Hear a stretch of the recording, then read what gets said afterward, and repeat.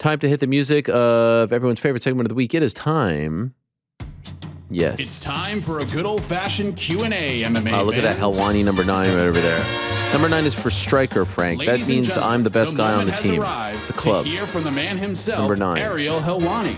And the captain? Live from the box Not studios. necessarily, although when I New played York sports City, in high school, it's on the nose. I was usually the captain of my basketball team. Also coached basketball. I don't know if you Get know out of your this. seats and That was herself said I should be a coach. Back when the dinosaurs were still around. Yes, I would walk to school barefoot, back and forth, carrying bricks in the snow. It was a tremendous time. Thank you very much to Mike Heck for that great intro music. We love this segment. Everyone looks forward to it. And I do as well, and very appreciative of the great moderator, Lewis, for picking the best questions of the week. Hopefully I don't get in trouble reading any of these this week. Yeah. Cheeto Pancakes. Cheeto Pancakes has become the new El Cubano. Up first. Once again, number 1 is 1. What is up, AJ?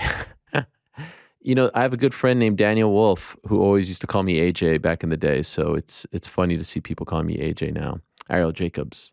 But also my middle name is Jacob. Great show on Monday. As someone who follows you and all the work you do, I can't help but notice how many different areas of sports you have your hand in these days, from being the number 1 media outlet for any combat sports athlete to break some news.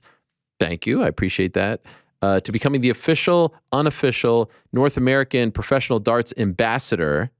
Thank you. To being a catalyst in the judicial discussion about the potential of a fight at Croke Park. Yes, although it's not looking good, I'm told. What does it feel like being the most influential man in sports and entertainment? How hard is it to keep up with and stay on top of so many different mediums? You know, this is a great question. This is the great struggle of my life. How do I keep up with all of these things? You know, I've got takes on the NBA. I've got takes on pro football. You know, obviously the other football that is, you know, the sport that they play and call football around the rest of the world, soccer, as we say here in America. Baseball, of course, I'm known to have a take or two. Hockey, I dabble in. Darts, as you say, boxing, pro wrestling, MMA. I mean, there's a lot, but, you know, I'm passionate about all these things. I love all these things. I mean, I could do a whole show right now on last night at the Crypto.com arena and LeBron James breaking the record. I thought it was a great moment. Thanks for asking. I thought it was weird that the moment he broke the record, I'm not trying to take anything away. It's an incredible achievement. We'll say 2 things. To me, the Kareem, and this is going to sound like I'm a hater and I hate this. LeBron is incredible. I've never hated on LeBron. Never, ever, ever, ever, ever hated on LeBron. He does great things. He has a school. But, and maybe New York Rick can weigh in on this, would you not agree that Kareem's 38,000 points a lot more impressive because he didn't take any threes? Is that not, I mean, that's a fair argument, right? No, that's absolutely ludicrous. Why? So that means more shots. Why does that make it, what? More shots. The 3 is the extra point. So he got there, you know. Yeah, it's a harder shot. You took harder. You added, you're taking away the harder shots. Yeah, but the how many further threes shots. was 7-2 Kareem Abdul-Jabbar going to be knocking down? I'm just saying, Kareem had to do it workmanlike in the paint, right? Sky hooks and all, battling these dudes. The 3 helps you get there quicker. The 3 is more it's like Steph Curry too, compared to, you know, someone like a Jerry West. You have to reframe your argument.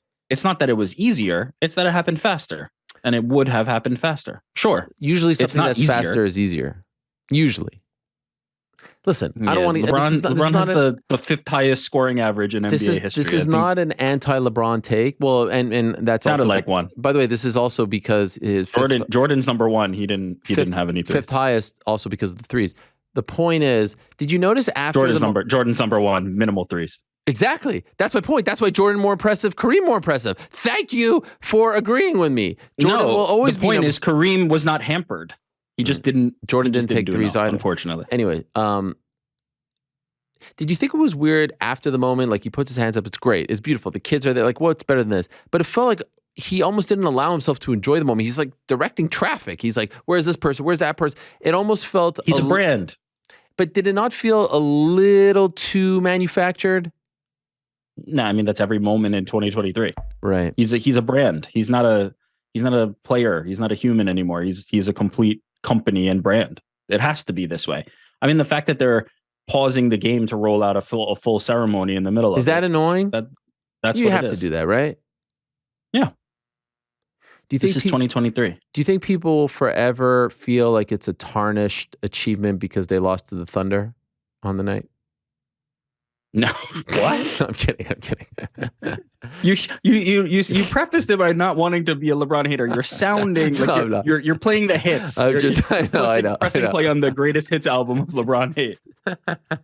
SGA is the Next, you're man. gonna tell me his NBA Finals record. Let me hear that one. Oh, well, that one is, you know how I feel about that. You lose in the finals, Sure, you're not tell in the me. conversation. Jordan's number one forever.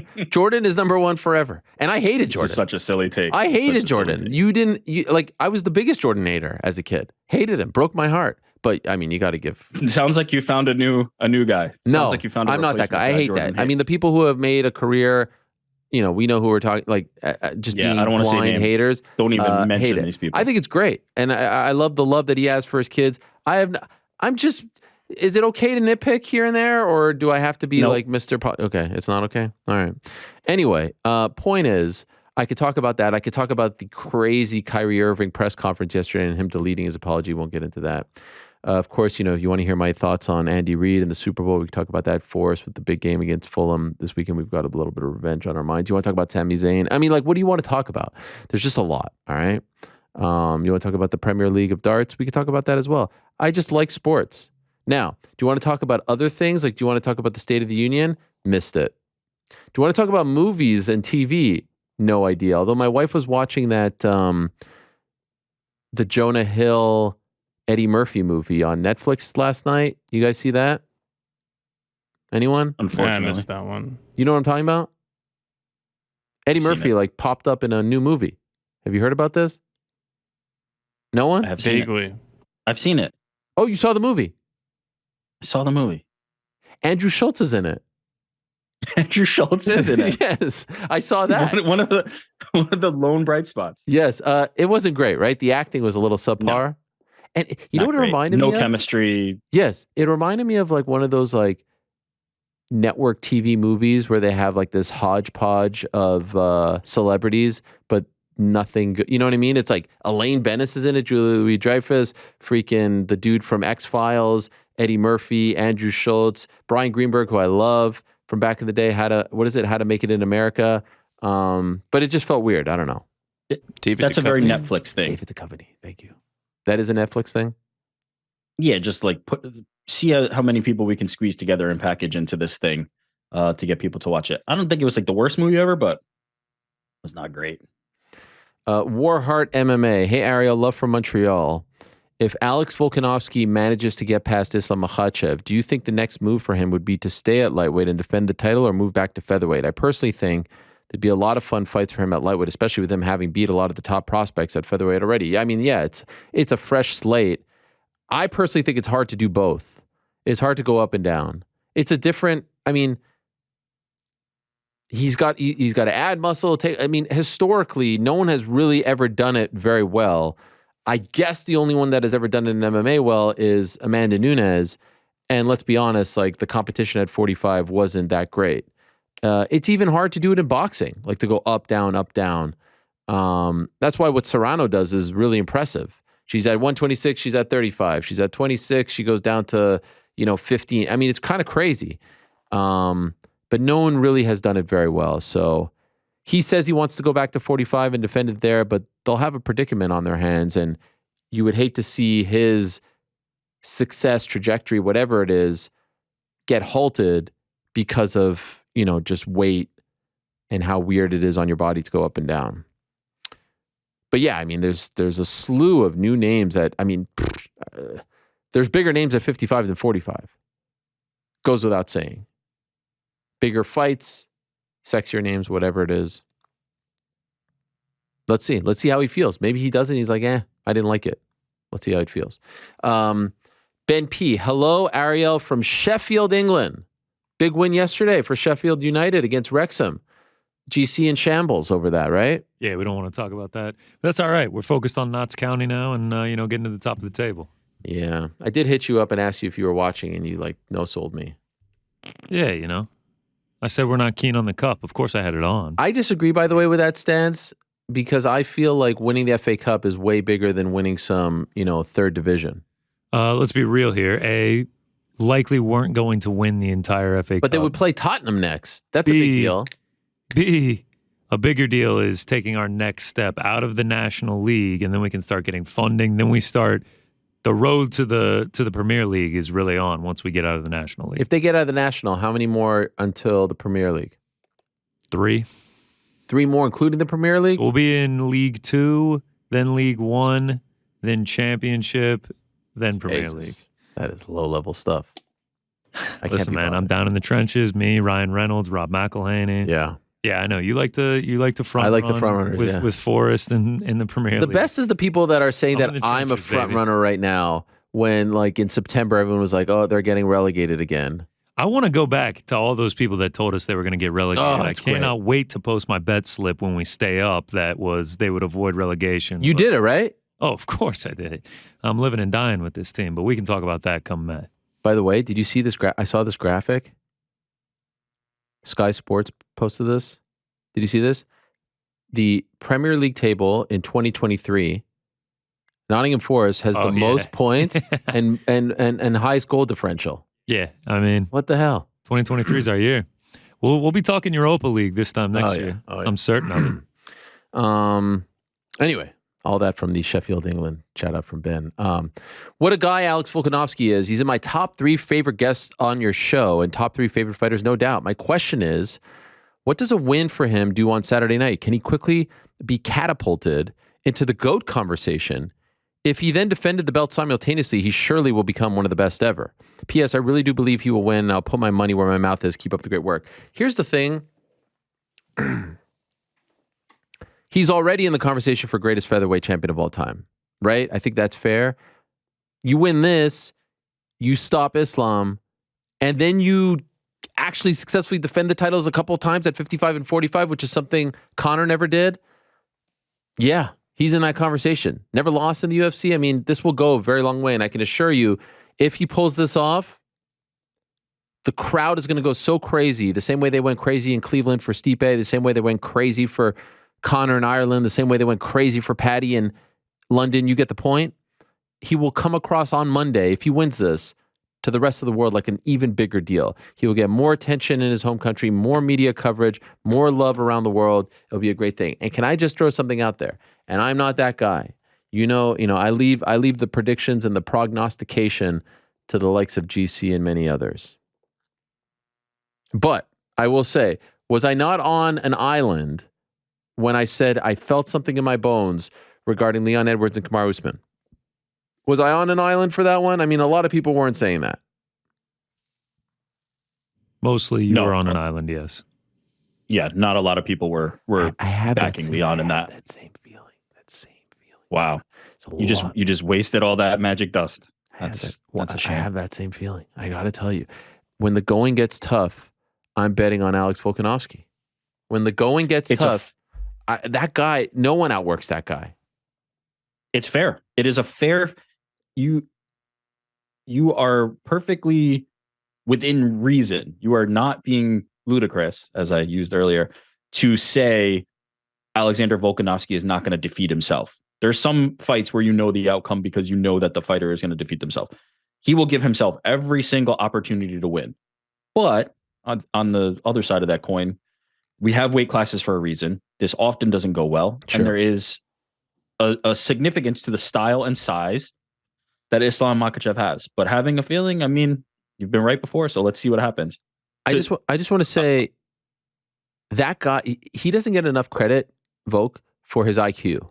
Like what he did against Max. 100%. He is so smart. He never strays. He never does dumb things. He's been caught, right? Remember Ortega? I mean, Ortega was seconds away from none of this being a reality. He's been caught. He's been put in tough spots.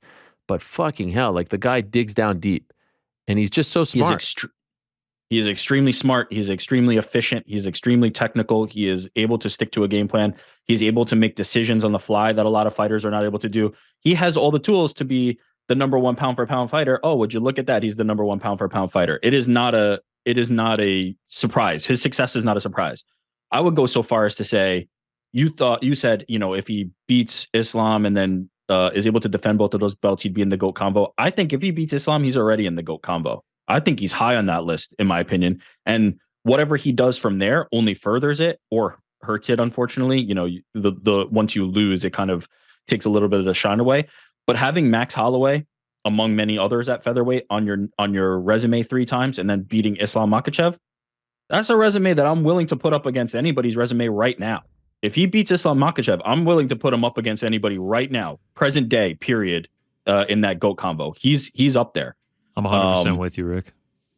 And then anything he does from there is just gravy. But yeah, this would be massive. Doesn't even like properly describe it. This would be huge for his position in that conversation. 25-1 right now. He'd become 26-1. He'd be a 2 division champion, something very few have ever done. And just look at the names as of late: Holloway, Zombie, Ortega, Holloway, Aldo, Mendez, Elkins, Jeremy Kennedy, Shane Young, Mizuto Hirota, Kasuya. That was his UFC debut. Debuted in 2016. His lone loss, by the way, came all the way in 2013. It's been almost 10 years since he lost. He's been a pro since 2012. That was in his first year as a pro, almost exactly 1 year anniversary of his first fight, and it was at welterweight. It was against Corey Nelson. I think MMA Fighting, I think, once did an interview with Corey Nelson about that. Pretty sure it was MMA Fighting. If you look him up, the article will pop up. But yeah, he lost in the 3rd round with 13 seconds to go in the fight, and he has not lost since. It's unbelievable. It really is. And how many people are lining up to fight Islam in a different weight class? Very few. All right, this one's from my good friend A. Feldman MMA. I want to read the entire thing that he wrote because I did actually see this beforehand, courtesy of moderator Lewis, and I appreciated it very much. What's up, Ariel? So first thing, going to get deep for a second before I ask my question. I suddenly lost my dad last year. He obviously knew my obsession with MMA over the last 2 decades, and because of that, he always tried to get into it. He would usually just keep up with the big fights over the years. He was also a Syracuse alumni. So I decided to show him your content a few years ago and told him that you were also a Cuse alum as well. He started watching your content and completely got hooked to the entire sport. He'd call or text me about the fights and tell me things that I sometimes hadn't even seen yet. Some of the best nights we had over the years were either watching the fights or at least hopping on the phone and talking about them before, during, and after. So I want to thank you for that. I doubt I'm the only one with a story like this, so just wanted to share the effect that you can have on your viewers without even knowing. Obviously, I mean, that really means a lot, and I'm a little bit blown away by it. I'm very sorry to hear about your father. Andrew's a great guy, and I've been enjoying his tweets. And in fact, I first thought that he was someone that I worked with at ESPN.com is also named Andrew Feldman. So I thought it was like his fake account or his MMA account. Not different guy. Has been to some of the live shows that I've done, and one of these people that you just see pop up who's very supportive, and that you almost feel like over time. And he's definitely one of them. I did not know all of that about him and his father, and so I'm very, very sorry to hear that. But I appreciate it, and I'm happy to at least hear that MMA was able to bring you guys a little bit closer. So thank you very much for sharing that, Andrew, and I really appreciate you doing so. Now, on a lighter note, with Khabib not being a part of Islam's training camp / corner, what kind of effect do you think this will have on Islam? Let's not forget, Khabib got on the mic after Islam beat Charles and called for Volk, specifically in Volk's backyard. I saw Coach Javier only joined the camp on January 21st as well. Some decently big changes leading up to the biggest fight of Islam's career. Do you think this changes things heading into the matchup? Honestly, I don't. He's been there for a few weeks, and it helps to have Khabib, but it feels to me like Islam is... So, I think we talked about this a couple of weeks ago, right? Like closer, I actually think he could get much better, especially when it comes to striking, but closer to a finished product than, say, an Usman Nurmagomedov or an Umar Nurmagomedov. Those guys may suffer as a result of Khabib not being around. And who's to say that he's not training them when they're in Dagestan, right? So if he loses, I loved what Volk said about this, like, keep that same energy when I beat him. You're saying he's number 2 now. You're saying this and that. Like, don't change the narrative. If he loses, it won't be because Khabib wasn't there. Chino. Hola, Ariel. ¿Cómo estás? Quick 3 questions. Do you think Roman could get more heat / boos in Montreal than Shawn Michaels in 1997? Honestly, yes. I really do. Because Sammy's one of our own.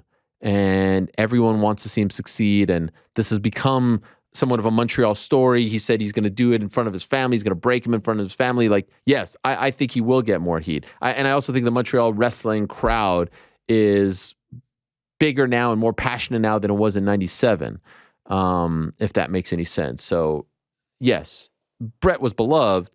He was one of our own in terms of Canada, but not one of our own in terms of Montreal. This goes even deeper than that. So, yes. What's the over-under you'll be in Montreal to watch the Elimination Chamber?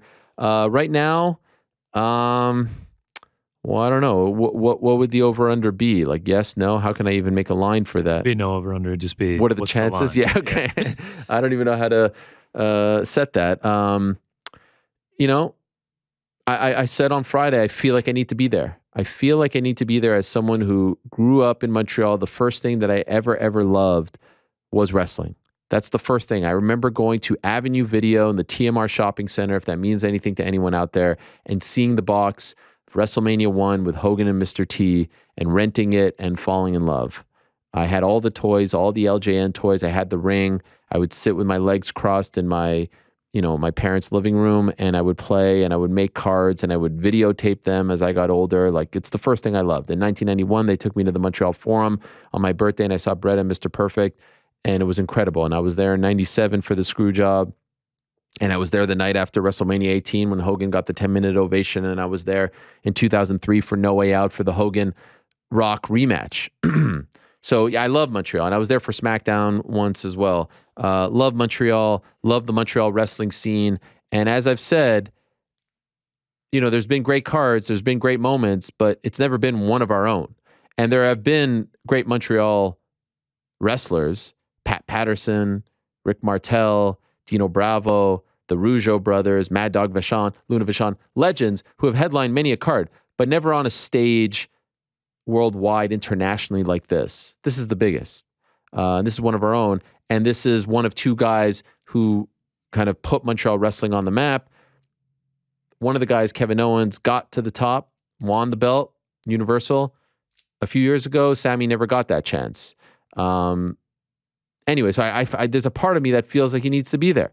I'm not Mr. Montreal Wrestling, but I'm very proud of Montreal, and I still wear my Expos gear, and I wear all of it on my sleeve, and I love my city and my country and my province. So I feel like I need to be there, but as of right now, not 100%. We'll see. Maybe on Monday I'll have a better idea. Could we get Dustin Poirier on the show soon to get his thoughts on his two kids coaching tough? Yeah, I've talked to Dustin.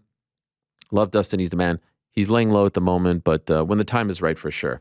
Dustin after Dustin. Hello from London town, Ariel, and hello to GC Rick and Delirious Frank. Wow. How do you feel about that? It's probably just a typo. You think so? I mean, yeah. Unless I'm delirious. Oh, there he is. I love this shot. This is amazing. Sometimes I feel like we need to get like a lower third when he's speaking of this shot, but it doesn't even pertain. I mean, he was doing some great stuff in the rehearsals. He was? Oh yeah. Dancing? Oh, he seems a little nervous now to do it now that the camera's really on. Popping and locking. Here we go. I mean, we also we need to go a little wider. I mean, like we're not even getting corporate Alex in the shot. I saw him before. Maybe that's by design. I feel like he now just repositioned himself, so he's not. He's not even relatively close to the desk. He's like here. over here on his computer. He's just sitting in the middle of the room. I have a quick Q&A for you. While scrolling through Twitter, I found a great fight matrix. Essentially, it bores down to a rating of fight using 5 categories, a point for each category. If the fight scores 5 out of 5, it's likely a contender for best fight of all time. Here's the matrix. I'd really appreciate your opinion. Strong rivalry narrative, fighting for something meaningful, elite technique displayed by both fighters, nonstop back and forth action, at least one iconic moment. My pick is McGregor-Mendez, but would love to hear your thoughts. Thank you for all the amazing content you've created. Peace. Wow. I'll be honest, the first one that came to mind was DC Jones, and maybe not 1, but 2, because remember, DC was winning that fight. He was feeling himself, then got caught and got finished for the first time. No greater rivalry, in my opinion. No more personal rivalry than that one. Something meaningful. DC was the champ. John was the champ prior to that. Takes the belt back. Elite technique. That has it all. That was legit 1 and 2. Those were 2 legends. That was an Olympian versus the greatest of all time. that to me has it all. It really does. DC Jones too, of course, tainted a little bit because of the positive test afterwards, but in the moment, there was nothing bigger than that. Good day, Ariel, from Scott F. One idea for you to ponder and one question. This past weekend's Bellator event reminded us all of the need for an MMA Hall of Fame. As one of the greatest minds when it comes to the history of MMA, I believe there's no one better to lead this than you. I know this may seem like a huge undertaking, and I know you're a busy man, but in my opinion, the MMA Hour platform is the best place to shine a light on commemorating these pioneers. Maybe something as simple as the annual show where you interview that year's Hall of Fame recipient and showcase some of the career achievements. Man, it's not a bad idea. Even immortalizing them in some way on the MMA Hour set could be a good start. I know this sounds like small potatoes compared to other major sports Hall of Fames, but Rome wasn't built in a day. I'm sure I'm not the first person to suggest this, but just a thought. It's not a bad idea, right? What if we just created our own Hall of Fame? Could we do such a thing? And like have a induction? Oh, man, it is a massive undertaking. And I've talked about this on this show in this era. And someone reached out to me that was interested and curious about it all. It's really crazy. It actually kind of blows my mind that there's nothing. How is this possible? How is there nothing? Who could be in charge? Who can lead the way? Like a new face. Are you suggesting me? Because I'd be happy to do it. I think the people are asking you to do it. Yeah. But that's a big, that would be a full-time job, no? You're not one to shy away from challenge. You're asking me to do it right here and now? I think you should start right now. Just walk off set and start getting this organized. Man, I don't even know. It doesn't necessarily need to start with a physical location. It could just be a thing that just kind of grows and grows and grows. It really is long overdue. What would that first class be like? I mean, I feel like there'd be 40 people that need to go in right off the bat. I have to think about it. I would love to see it. It could be part of my legacy that I got this off the ground. Not about me, of course, but it does mean a lot to me. We'll chew on that. I appreciate it, Scott. Second, any idea what's going on with CM Punk? As time passes, this whole brawl with the Elite is starting to feel like a work. Maybe I'm just hoping for them to revive the rivalry between him and MJF. You're the man. Actually, I think the opposite. As time passes and he doesn't show up, it feels like more of a shoot. This wasn't a work. It was not a work. And I have no idea what's going on. I'm not really following it on a day-to-day basis. I'm not exactly a wrestling journalist. I hope you guys realize this. I mean, I do follow it. I love it. I read it, but I don't really dig when it comes to that stuff. I don't really understand why he can't come back. Enough time has passed. Maybe get everyone in a room. He was doing good business for them. Like, why not just bring him back? I don't know. Was the damage done? Like, can everyone not get over this? It's wrestling. It's a crazy world. Figure it out. Would be a shame to let him go. Of course, I asked Tony Khan some of these questions, and he stonewalled me. Bonus question. Yes. How do you feel about curling, the sport? This is a great question. I like it and appreciate it. It was gigantic when I was living in Canada as a kid. It was always on TSN. One of the most fun shoots that I ever did was I was covering the 2010 Winter Olympics with Casey on our team. And there was a great story. It was in Vancouver, and there was a great story about a member of the women's curling team from Canada, Canadian women's curling team, who was 7 months pregnant.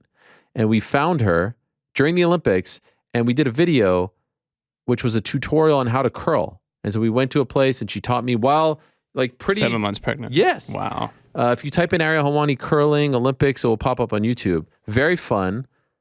It has it has a lot of skill. It's not as, I think, simple as people think it is. Do I go out of my way to watch it? No. I went to some of the events, fun at the Olympics. So I'm not a hater. I appreciate and enjoy it, but is it on my, darts and football list? No, not at the moment. Why? Gotcha. Are you a big fan? I was just curious. Hey, it's not fair because all these people write you questions and you don't ask them, why'd you ask me this? No, that's true. That's a good point. No, you start doing that to everyone. I just wasn't sure why you asked me this right this moment. I wanted to fit it in the first question because it was more relevant. Now I've just been trying to squeeze it in. Yeah. Mark, hey Ariel, if ESPN were to make a 30 for 30 documentary about a UFC MMA story, which fighter rivalry era would you want them to cover? Hit me with your top three. I can offer up a suggestion to potentially. Okay, that's from Lewis. Believe it or not, I actually pitched a few 30 for 30s while I was at ESPN. One One was on the life and times of Kimbo Slice. Happy birthday. One was on the rise and fall of Pride. There's a lot there with the Yakuza. One was on the rise of women's MMA, the early beginnings and then the explosion. And there might have been one other one. There was 5, and there was one that I'm forgetting. And then there was the last one, which I've talked about before, 2016 in MMA. And in particular, from the night, or really like a week before UFC 196, Conor Nate Diaz, he loses. Same night, Holly Holm, Miesha Tate. From that moment all the way until August 20th, when Conor beat him, and everything that happened in between, it's like the greatest collection of events of all time. 196, Conor loses to Nate. 197, Jon Jones is getting arrested. He's in like an orange jumpsuit 3 weeks before his interim title fight against OSP. He comes back, he wins. And then right after that, they announced Jones versus DC, UFC 200. 198, Stipe Miocic goes to Brazil, beats Fabricio Verdun, becomes the heavyweight champ in front of like 45,000 people in Curitiba. 199, Luke Rockhold, Michael Bisping, craziness, all that stuff. Even Muhammad Ali dies the night before the event.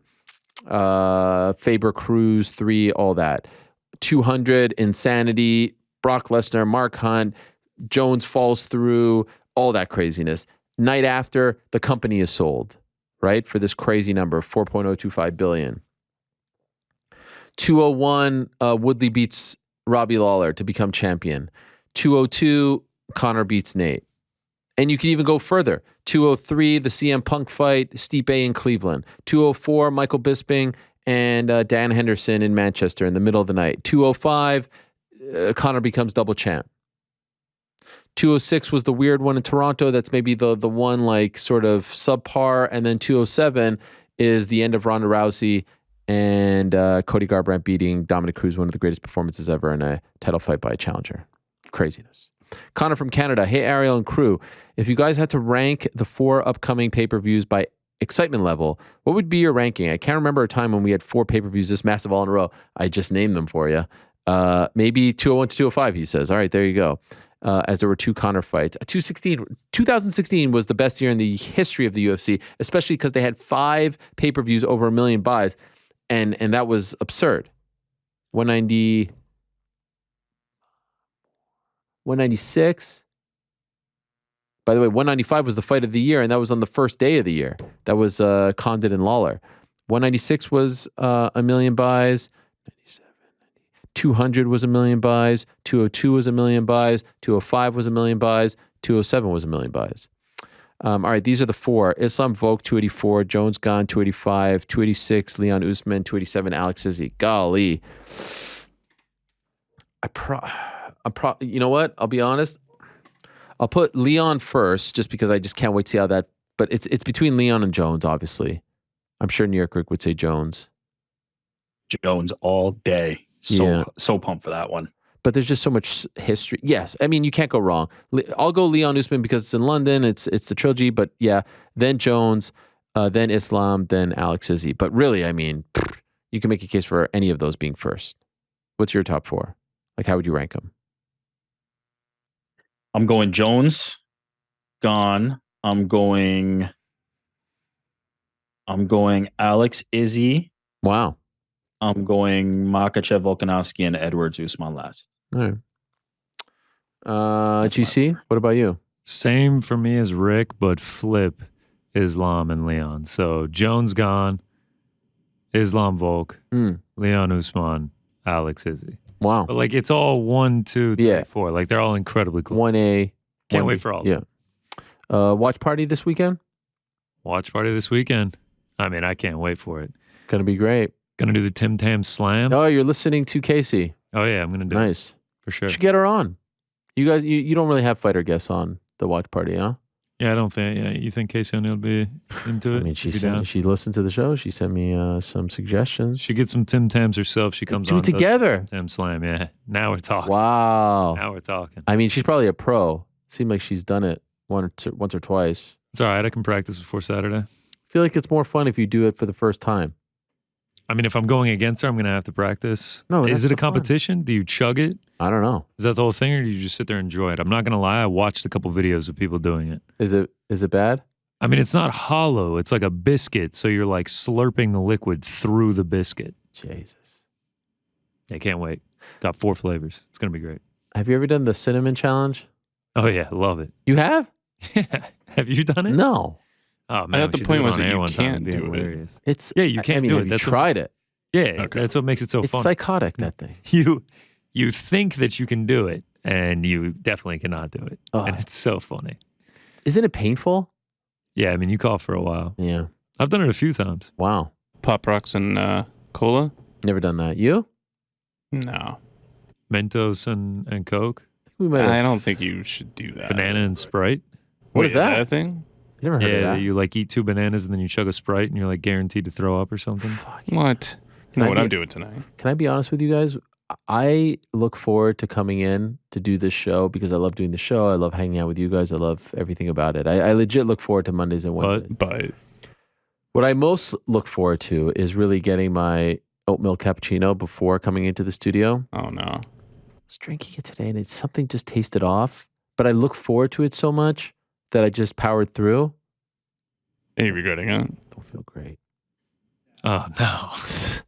Now, do we think it was a different kind of milk? Do we think the oat milk had gone bad? I mean, it takes a Felt while a for little oat milk spoiled. to go It bad. felt spoiled. Oh man, and he just pushed I through. pushed through because I Tasted enjoy. spoiled. That whole point of something tastes spoiled is to let your body know not to consume it, and you just power through it. I feel sick, guys. Do, Wow. do we need to take a break here? No, but I didn't eat my lunch. Yeah, I noticed that too. What's Yeah. wrong with you? because I was feeling sick. Did you spill something on the carpet nauseous, on the way huh? here? No, my palms are super sweaty. Like it's Oh wow. it's not great. He's All right. crying. He's crying for help. We need to do something. No, do we need to Water or intervene? Or- Seltzer? I've been hearing about a lot of people getting the stomach bug lately, Oh, and man. now it's starting to like. Yeah, didn't you tell me your family had it in your Craig? Oh, it's real. Did you have it too? I got like a new round of it. Oh, did I have it? Yeah, I think I did have it actually. Aren't you the guy I that tend to always says forget like you 'cause my don't throw kids- up? My kids are in. Yeah. Say that again? Aren't you the guy that always says you don't get sick?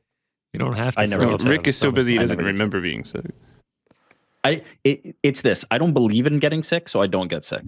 You're one of those I just- guys. Jesus. So I don't- wise. Can I Oh, tell my. you, my whole life is just me trying to avoid throwing up. You hate it that much? I hate it that much. I'm with you. Specifically that. I hate throwing up so much. I can't even remember the last time I did it. I mean, I It's- see you it's been a dry minute. heaving with the Shui Vasa every time you do one of those. So that Yeah, but doesn't- it doesn't happen. I mean, the Shui Vasa. God bless. I'm gonna have to do one this weekend. Get a Bundaberg. Oh, Oh, God. are you doing it? Bundaberg. Yeah, I mean, I can't wait. I'm just gonna have a whole buffet of Australian cuisine on. Are you on doing it Saturday. like?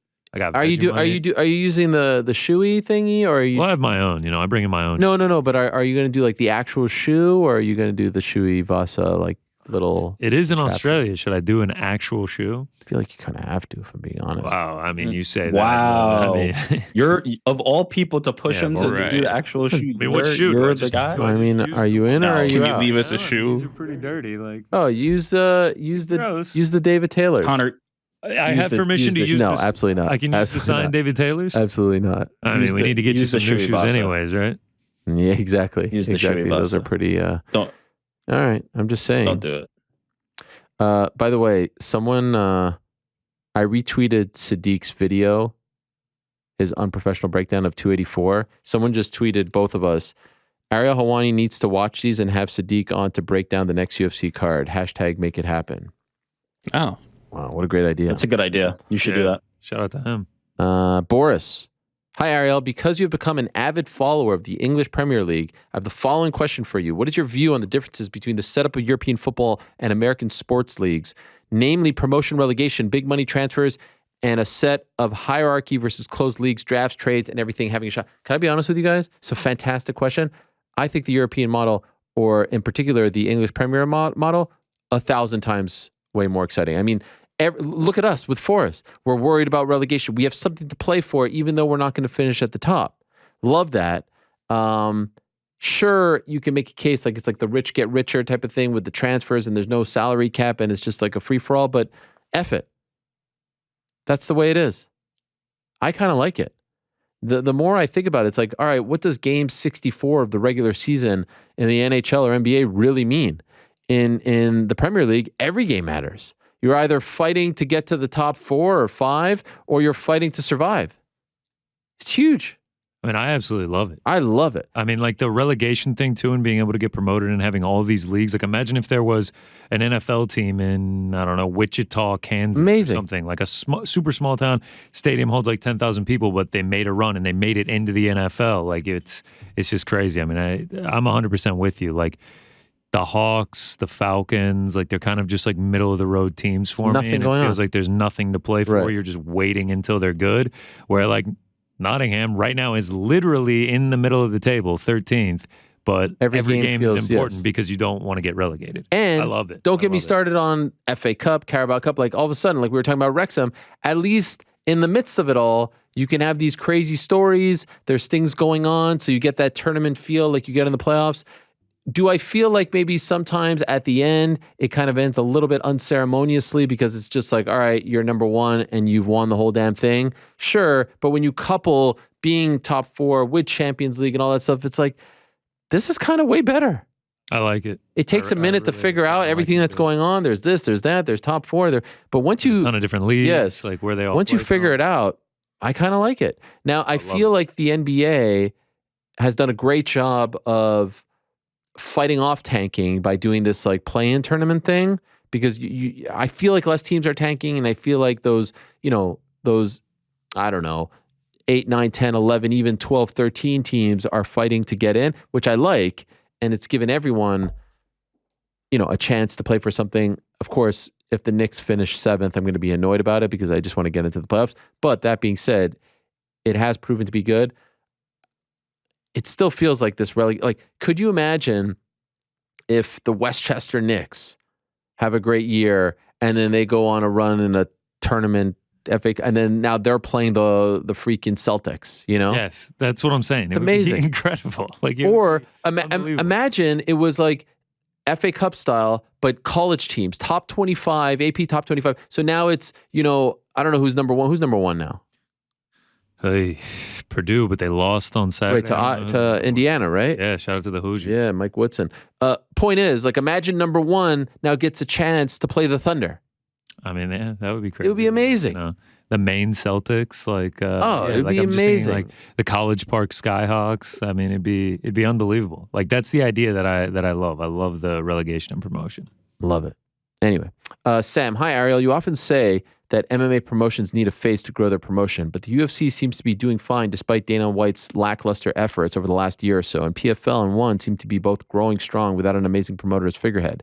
First of all, Dana White is still Dana White. He's on Media Row yesterday in Arizona. People want to talk to him. He's still the guy that people associate with the UFC. So you can't just dismiss that, despite the fact that we in this bubble may disagree with certain efforts or whatever he's saying. And then ONE has Chatri. Good or bad, they have a guy. PFL, I would still argue they need that guy. I mean, just look at the pay-per-view. They need that guy. So I don't know. I wouldn't just dismiss that and don't necessarily agree. But anyway, is it possible that MMA has grown in popularity and legitimacy to the point where it is less reliant on guy at the mic, shouts about fights, and more on social media teams and savvy business deals? No, I think you need both. I really do. Look at Matchroom. They've got great social media, but they've got Eddie Hearn as well. You need both. What is one thing ONE or PFL could do to build their promotion that they aren't doing yet? Cheers to you and the crew. I mean, there's a lot of things. You got to build your own talent. Social media helps, but you got to build talent. You got to build fights. You got to build contenders. You got to find new talent. You got to beat the UFC to get the youngsters into your organization to build them up.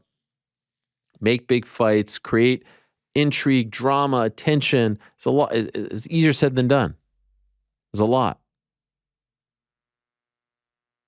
And you need a face. I strongly believe that. Kevin, hey Ariel and crew, I'm the guy who sent those AI images to GC. For some context about them, I used Midjourney. With Midjourney, you can submit a picture and then use keywords to generate the images.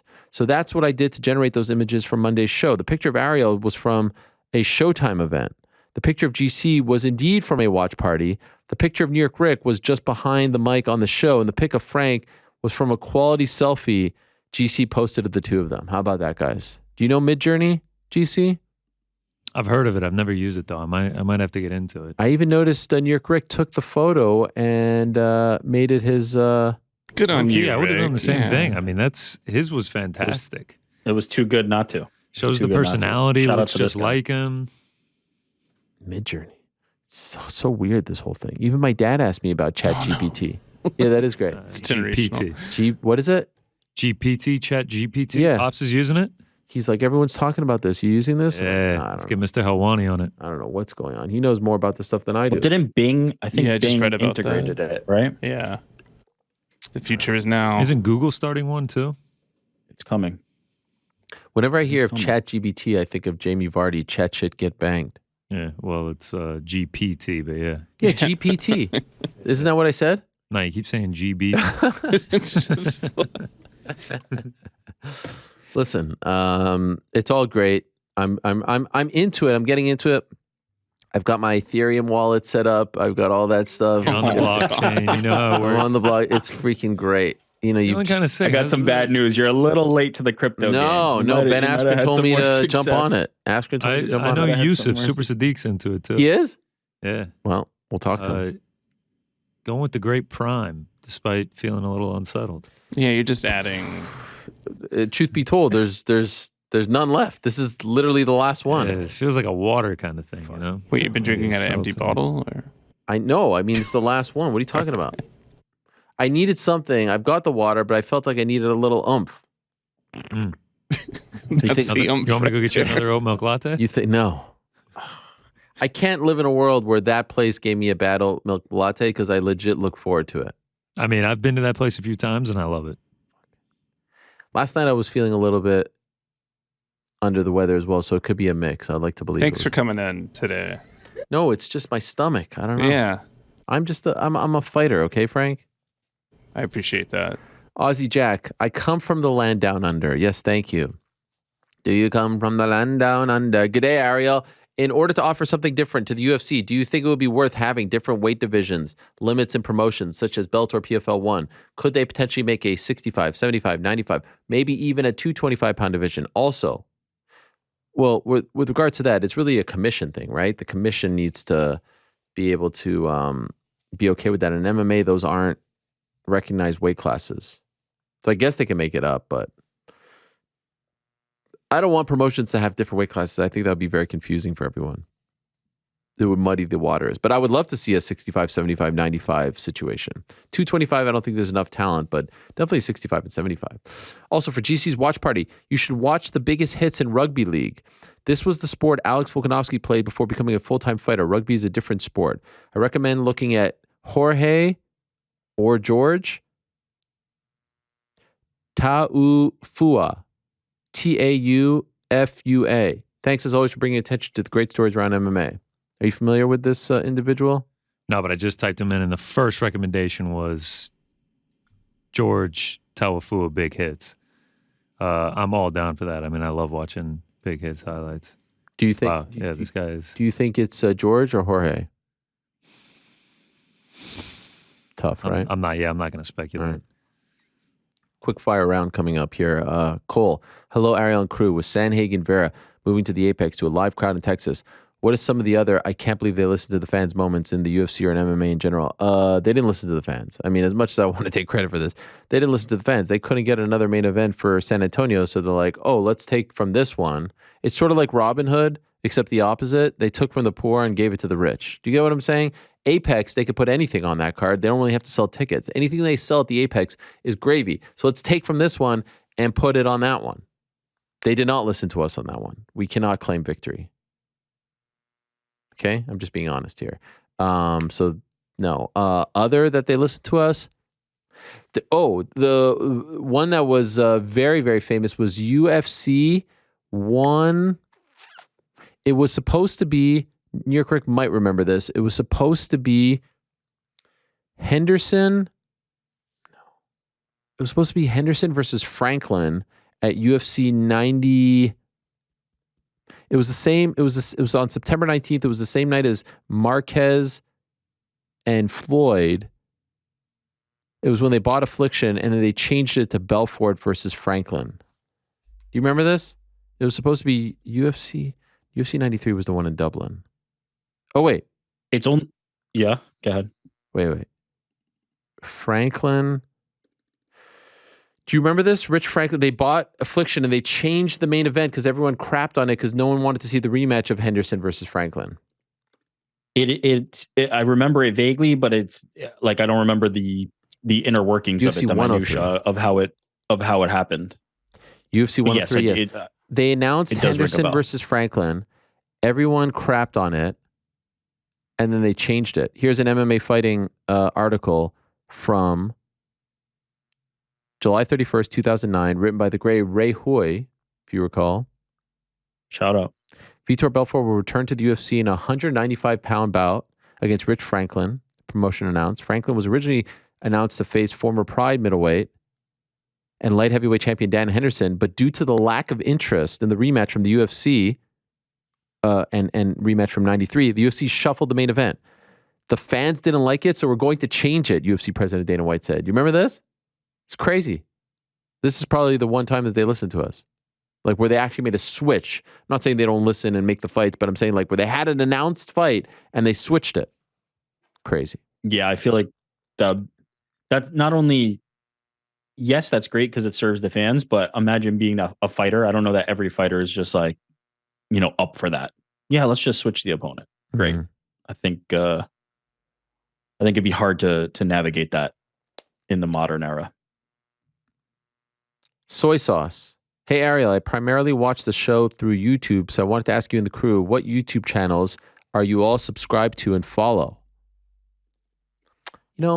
I'm not a big subscriber. I just kind of find things, but I'm looking at my subscriptions: MMA Fighting, Bellator, IFL TV, WWE, Boxing Social, Buffalo Bills, Lebitard Show, DAZN, Men in Blazers, Post Wrestling, ESPN, Matchroom, Inside Boxing Live, UFC, Nottingham Forest, Showtime Sports, BT Sport. Here are some fun ones: Chael, Bisping, BT Sport Box Office. BT Sport Boxing. This is an obscure one that I like. The Agostino Zinga Show. Are you familiar with him? That's to do with the cool glasses that likes to do breakdowns. Top Rank, Showtime Basketball, One Soccer, Sports Illustrated Canada Soccer, MMA Rated, No Dunks, TSN, Daniel Cormier, Knicks Fan TV, Tom Aspinall, Super Sadiq Youssef, PFL, Renee Paquette. Should I still keep going or is that enough? Those are some that I subscribe to. Ariel, my guy, just curious if you have any plans for your YouTube channel. Those interviews were outstanding. Yes, I do. Stay tuned. A lot going on, a lot happening, but good stuff. Just needed to, we did a certain thing for a year. We did a certain thing for a year two. It's all good. It's all good. Things are happening. Logan, good afternoon. What are your thoughts on Kevin Lee returning to the UFC? It seems like he will fight at welterweight in his return. Who would you like to see him fight? This is a fascinating story, by the way. And look, this is going to sound like I am hating per se. It's not. This is not hating. But here's the facts. Kevin Lee got released from the UFC out of the blue unceremoniously. He was very upset. At the time, he was being represented by CAA. He talked about it. I talked about it. He was a casualty in the whole CAA Endeavor UFC war. He goes out, he signs with Eagle FC. Who knows what their plans are currently in the United States, gets paid by Bitcoin, has the one fight, whatever. Then signs, and if you've been following his career, signs with Dominance MMA and Ali, who he went, tete-a-tete with back in the day. Now he's a member of the crew. Then I see a picture of him with Dana and Hunter, and I'm like, oh, he's back. And now he's back in the UFC. And so this, I will say, good, bad, ugly, is a testament to Ali. Give him credit. He got the guy back and shows that whatever relationship he has with the UFC, it's beneficial. If you want to get in their good graces, if you want to get back, you got to consider him. So this is me giving props. He got him back. He was out of the UFC. Now, I don't know what the deal is. I don't know what's going on behind the scenes, on the table, whatever.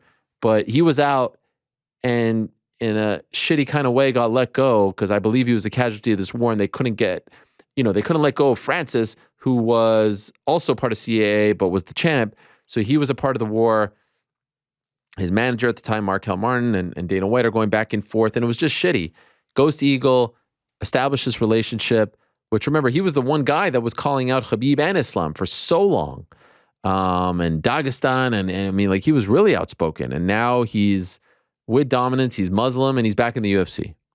And so I think Ali deserves a lot of credit. And this is an example of, listen, if you want to get back in, or if you want to get in their good graces, you want to get a meeting, for whatever reason, I don't know what that reason is. I don't know how the relationship got to be so strong.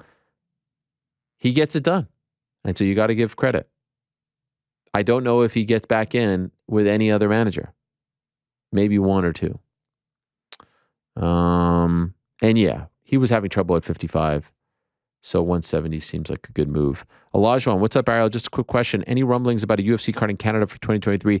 Seems like we are the last major country for the UFC to return to. Hoping it's this year. No rumblings. They wanted to come back in September of last year. There were still issues with the, restrictions. There are no more restrictions. Would be very surprised if they don't come back in 2023. Do I know of a date, a time period? No, but I would be surprised. It's too important for them, and they do too well there to ignore it. Israel D. In regards to Tim Simpson leaving Paradigm Sports and starting his own agency, do you know why he left? And do you know if there is any animosity between Tim and Audie, since Tim will continue to represent Leon, Izzy, and Yeri? I've heard mainly good things about Paradigm, but also bad with the Tony Ferguson situation. Would love to get your thoughts. Thank you, as always, Israel D. In the press release that was sent out announcing his departure and forming his new management group, and Tim is one of the most respected and beloved people in all of MMA. No one talks shit about Tim. No one talks behind his back. Still so young, I think just 31 at this point. I'm trying to pull up the press release here to answer this question properly. Yes, here it is.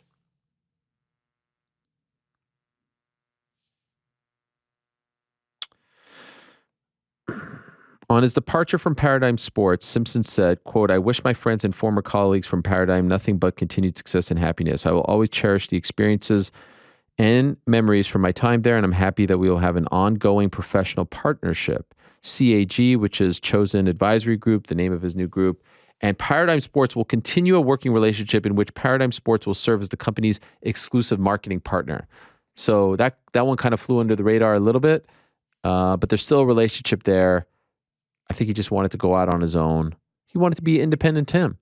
Who wouldn't want to be? And like I said, he's got a tremendous relationship with those guys. Izzy, Leon, Yuri. He picks up Max, Casey O'Neill, Jack Della Maddalena, Don Madge. I think it's like 8 or 9 or so. And, he's going to go out there and do his thing, and God bless him. More power to him. He wanted to be the man. But there is still that working relationship there. And a lot of people I know are like, tell me about this. Is he taking on more? I think he wants to, he doesn't want to have like a stable of 50 guys. I don't think that's what he's looking for. Will P. Hello, Ariel. Big fan of you and the whole crew for the MMA Hour. And by the way, one more thing on Tim. Again, a great example of if you want something, go out and get it. And, dream big. He told the story here about emailing Audie when he was just a young, he was like 21, 22, something like that. And he's living in Australia, and he sends him an email, and then all of a sudden he's like, involved in big Connor fights and all the big fights that Paradigm has done. Shoot for the moon. Go out there, reach out. What do you have to lose? Will P. Hello, Ariel. Big fan of you and the whole crew for the MMA Hour, including moderator Lewis. Shout out to Lewis. I had a question regarding the futures of two of the UFC's biggest stars, both of whom are slated to fight in April. If Max Holloway and Israel Adesanya lose their fights to Arnold Allen and Alex Pereira, respectively, do you think either or possibly both would consider changing weight classes? Obviously, both have gone up before for title shots, and Max had mentioned finishing his career at lightweight or welterweight in an interview a year or two ago. So do you think this could be the final fight for either at their weight class? In Izzy's case, do you think he could get an automatic shot at light heavyweight belt if he went up? I don't think Izzy's going to move up. And honestly, even if he loses to Pereira, who knows who Pereira, like if Pereira fights Hamza, it might be a tough fight for him. So, I mean, there's still a lot more for him to do at 85. Max is different. I think as long as Volk is champion at 45, Max is just going to take these big fights and see where it goes. Does he end up at 55 again? Sure. But, you know, that's a bigger jump, right? 45 to 55 than 85 to 205. So I can see Max maybe going up at some point. Izzy, I don't feel like there's a point. He was just small for that weight class. Jimmy, hello, Ariel. Given you are vocally proud Canadian and now a new American citizen, almost a year, my question is, what is one thing or a couple that you like most about each specific country? And in turn, what do you dislike most about both? Could be social, political, cultural, opportunities, cuisine, regional weather, or whatever jumps to your mind first. Appreciate you and the entire staff. Have a blessed day. Man, that's tough. I love Canadians for the most part. I think they're very good people, kind people, warm people, friendly people. I mean, I'm a fan of free healthcare. Not gonna lie. I'm not a fan of the cold at all. At all. I'm a fan of the opportunities that America presents. Land of the free, home of the brave. I'm a fan of people being very proud of America, the patriotism. I'm a fan of a lot of the the states in America, and especially the warm weather ones. Fan of a lot of the people, obviously. This is where I've now lived longer in America than I have in Canada, which is crazy. But yeah, when I think of America, I think of opportunity. I think of the American dream. I think of, you know, getting things done, living out. I mean, like every day it feels like, what is my life? So I think of that. And when I think of Canada, I think of the opportunity it gave my parents coming from the Middle East. America didn't take them in. Canada took them in and allowed them to have incredible lives. And I'm very proud of, I mean, I will say, like, I'll always be Canadian first. Absolutely. I will always identify and have that connection to Canada. Love America, will root for America, want America to succeed. If Canada's not playing, America is my team in the World Cup or whatever, basketball, but Canada will always be number one for me. All right, just a couple left here, and then we're going to get to Sadiq. AJ Hawk, what? Hello, Ariel and crew. With the recent news of Tommy Fury not attending this week's press conference, which do you have more faith stays intact and goes on without a hitch? Jones, Cyril Gone, Jake Paul, Tommy Fury. Much love. Wish all you guys the best. P.S. Am I going to get paid for asking this question? No, but you should pay me. Golly, we're going to talk to Mike Perry about this, but honestly, I have more faith in Jones, Cyril Gone at this point. As crazy as that sounds. What a bizarre thing. Like, how many press conferences can we do without one of them not showing up? Let's not forget, one time it was Jake not showing up in England, but more often than not, it has been the other side. How many more times? I'm going to be happy when we can move on from this one. And then let's get to Jake and Nate. Kobe, what's up, Ariel and crew? Have a quick question for each of the guys, if you could. Rick, if you could pick the debut opponent for your guy Cedric Dumbe in the UFC, who would it be? I'll let you think on that in a moment. Or do you have it? No, because I really don't care. Like, throw a body out there, they're getting massacred. Cedric Dumbe is going to smoke everybody, period. Send somebody, but not anybody you want back. That's the answer. Okay, and that is a damn good answer. GC, you have a picture on your Instagram with Lil Boosie after a music video. What on earth is the story behind that? Who the hell is Lil Boosie? Lil Boosie is a rapper. Okay. Yeah. I mean, man, this is a long story. I'll keep it brief. One of my friends in college, I mean, I've always been a rap and hip hop fan, just randomly disappeared on a Sunday morning, was gone the entire day, one of my roommates. And when he came back, we were like, dude, where have you been? Turns out he was filming a music video with Young Thug and the aforementioned Lil Boosie for F Cancer. He's the blonde nurse with the long hair. Then he started doing music videos with the Migos, all these other people.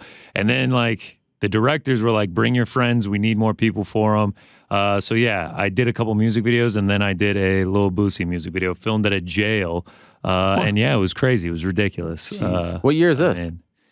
2016. I was still in college. You were still in college 2016? I can't believe someone dug that deep. Yeah, I mean, it was a ridiculous stretch there. I mean, we were just doing random music videos. Boston George, no one knows who that is, but I did a music video for him where I'm like the predominant character. And, Wow. and it is, Are these online? Yeah, they're ridiculous. They Wow, are. I had no idea. ridiculous. Yeah, it was funny. We need to unearth those on YouTube. Yeah, Wow. they are on Someone YouTube. find those, please. Jedi, get on it.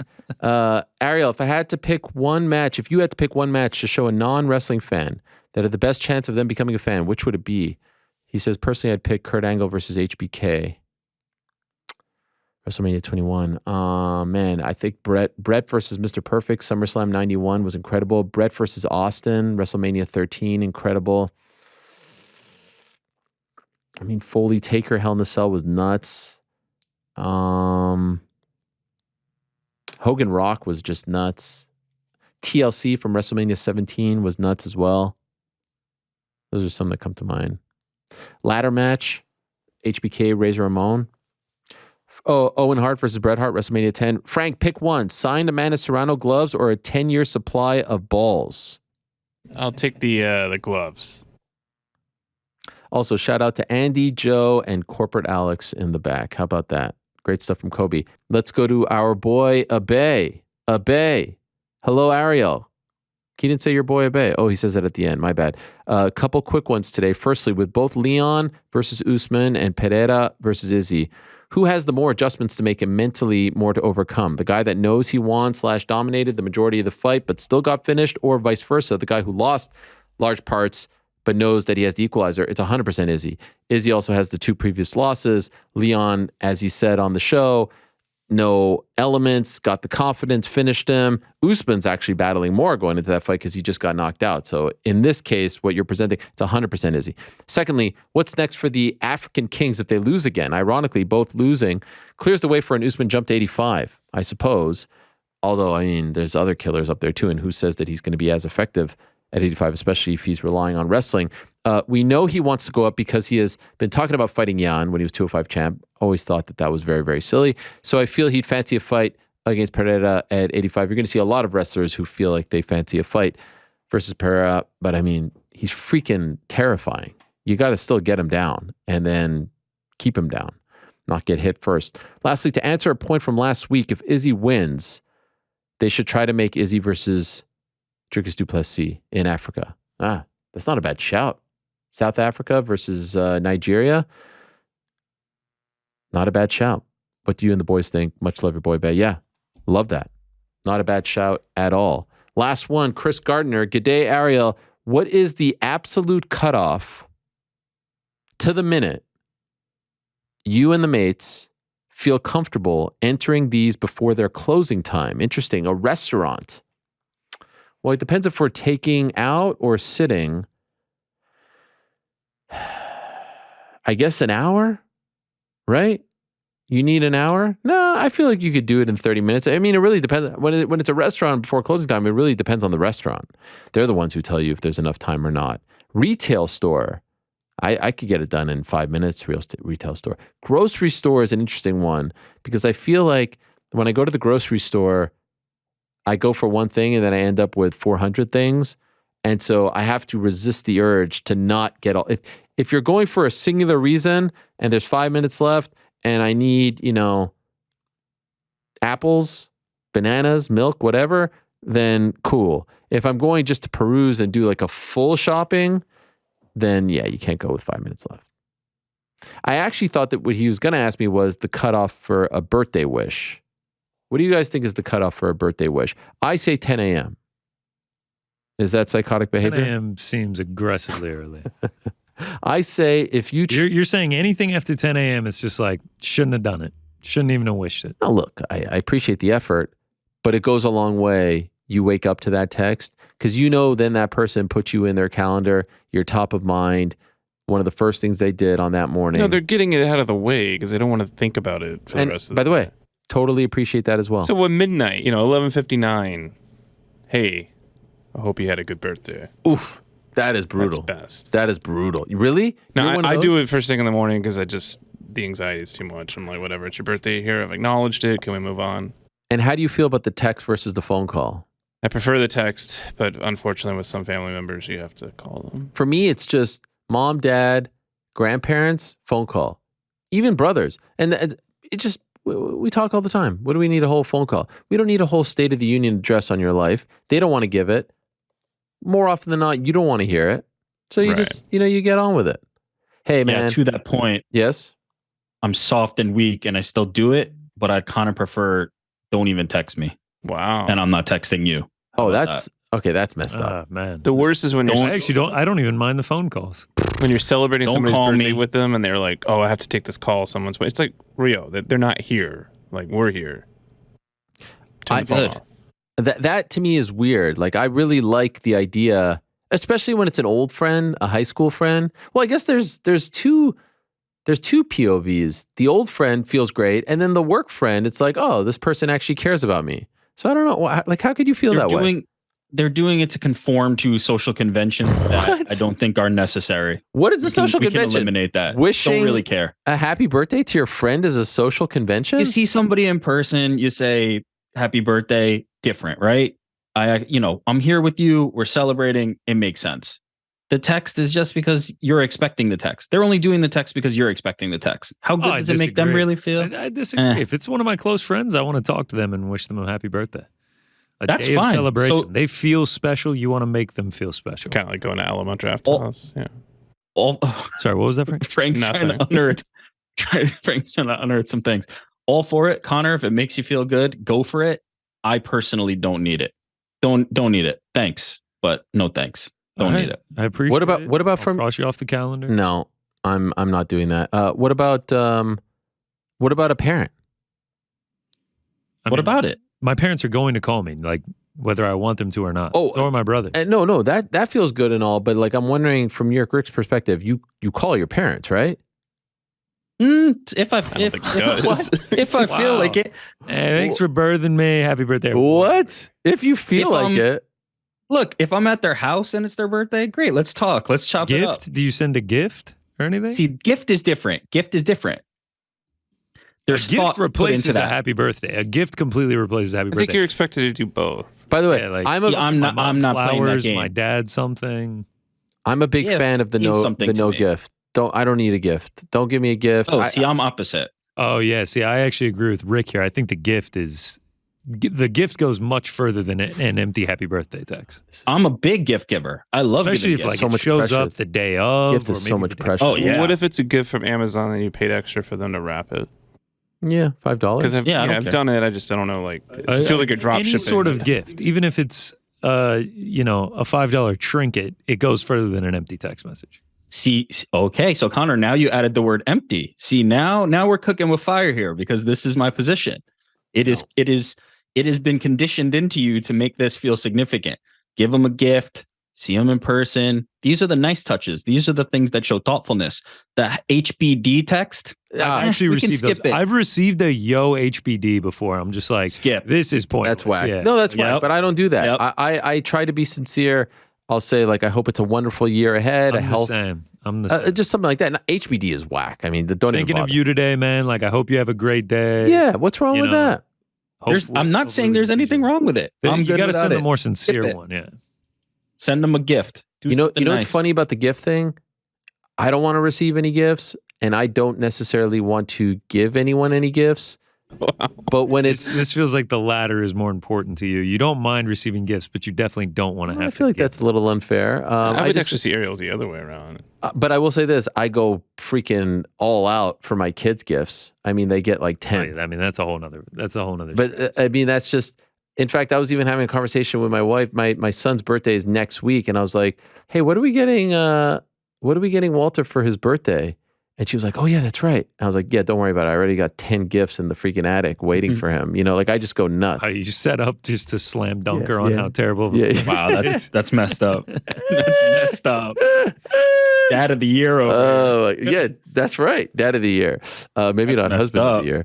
But Yeah. yes, I was very proud of this year in particular. I'm very excited about the gifts. But yes, I love giving them gifts. Anyone else, to me, I think That's the text means just as much. The thinking, by the way, you have to admit, a 7:30 a.m., 8 a.m. text on the morning of the birthday, someone's like, "Oh, damn, Ariel really likes me." I do agree with that. I also think there's levels to the phone call too. Like if you're not that close with the person and like you see them calling you, you're like, why? Like, do we need to do this? But like if it's your good friend, then I look for it. Doesn't even happen. I don't want to think about all these. I don't want to think about all these things and factor in all this nonsense. I'm opting out. I'm good. Here's no call, where, no text. Enjoy the gift. Here's where I'll side with you, Rick. Unless I am really close with the person, I feel no guilt about missing someone's birthday. Yes. If it's just one of my even just friends, like I will only feel guilty if it's a family member or a very close friend if I miss their birthday. If your friendship can't survive not seeing the happy birthday text, that ain't a friend. Sorry. If there's a super tight, long history, I mean, that's what I'm saying. I'm agreeing with you. Yeah, no, if I'm very close with them, then yeah, I'll feel guilty. I'll feel guilty, or I'll feel some sort of way if they don't write to me. No, just to write. I just want like, what's up? You know? Yeah, I want to say it doesn't bother me, but yeah, like sounds like you're on one extreme, I'm on the other. Connor's somewhere in the middle, and Frank is mysterious as always. So can we talk? Frank just wants us to go to Alamo Draft House with him. Can we quickly talk about the FaceTime call? The FaceTime call is weird, right? Yeah. That's like a grandparent thing. I completely disagree. I think FaceTime is like a both end of the spectrum. I think very young people do it, and I think very old people do it. Love FaceTimes. What's the context? You mean just a random FaceTime call or related to happy birthday? Like, this is happy birthday is one thing. Like the FaceTime happy birthday call from a non-parent is just completely insane. Completely insane. But there are you just mean a random FaceTime. Yes, there are some people who want to FaceTime. I'm like, no, I don't want to FaceTime right now. I really don't. I want nothing to... If you have something... remember, I had to FaceTime you one time to show you something. But that's not a birthday. You were like, oh God, what is this? A FaceTime? Really just taking a big leap in the relationship. He literally says it every time you call. Did I say that? I think that's unfair. I was in the car. I was all sweaty and shit. Wasn't I in the car when you FaceTime me? Yeah. But it was necessary. I needed to. Yeah, okay, that's fine. I would have sent you a Snapchat, but you know. Listen, if you need to show, yes. But if you just want to talk, I will say this: a lot of fighters like to do it, and they want to FaceTime. I'm like, God, I don't really want to FaceTime. With my friends, I may FaceTime first, and then if same. You don't answer, I called Ariel this morning. I love FaceTime. Yeah, you did call me this morning. I'm like, I hope I didn't catch you at a bad time. And what do you say? You did. Yeah, it is a bad time. And I'm like, all right, I can call you back. I'm a phone call and FaceTime over text person for sure. There was a period in my life. Let's talk. And when it relates to work, I don't know if it's PTSD. Anyone who calls me, just want to let you guys know, and I would say this to New York Rick all the time, especially in the ESPN era, I suspect it's bad news. It's like, does it go the other way around too, though? Like today, I thought you were calling me to tell me you're not coming in or something. Oh, that would be bad news for you. Yeah, of course it would be bad news. Who the hell? Clearly, else we would have a screw up contingency my plan. microphone. Oh wow, wow! I'm gonna turn this one down. No, but I mean 100%. Expect the worst. So if I see Ariel Helwani pop up on my phone, I should start sweating. I'm not the one who is the bearer of bad news. I'm not that guy. I mean, I'm just sometimes just checking in. But I have been programmed to think that if it's work related. It's bad news. Let me give you a counterpoint or a devil's advocate for that. Sure. If you had been getting more calls from people and answering them and enjoying answering them that weren't bad news, you wouldn't assume that every call you get is bad news. Are these people calling me on my birthday? Are these people even calling me on my birthday so I could break that habit? Probably not. Sounds like you got a call from Frank. It sounds like you got a call from Connor. I mean, Frank didn't call me on my birthday. Of course, not on your birthday. I'm just saying to you. I'm sure. Yeah. Calling you in general. But I'm just saying, if Frank is the guy who's calling me for this and that, then yes, I'm like, oh, this is just another call. But he isn't. He's calling me when there's bad news. What was the bad news this morning, Frank? Tell us. It doesn't matter, but I needed a timely answer. By the way, Frank, was it good bad news? Was it good or bad? It was mediocre. There you go. All right, you know what? You've been confirmed, Ariel. I can't argue against it. Thank you very much. I appreciate that, and I appreciate everyone who has sent in questions.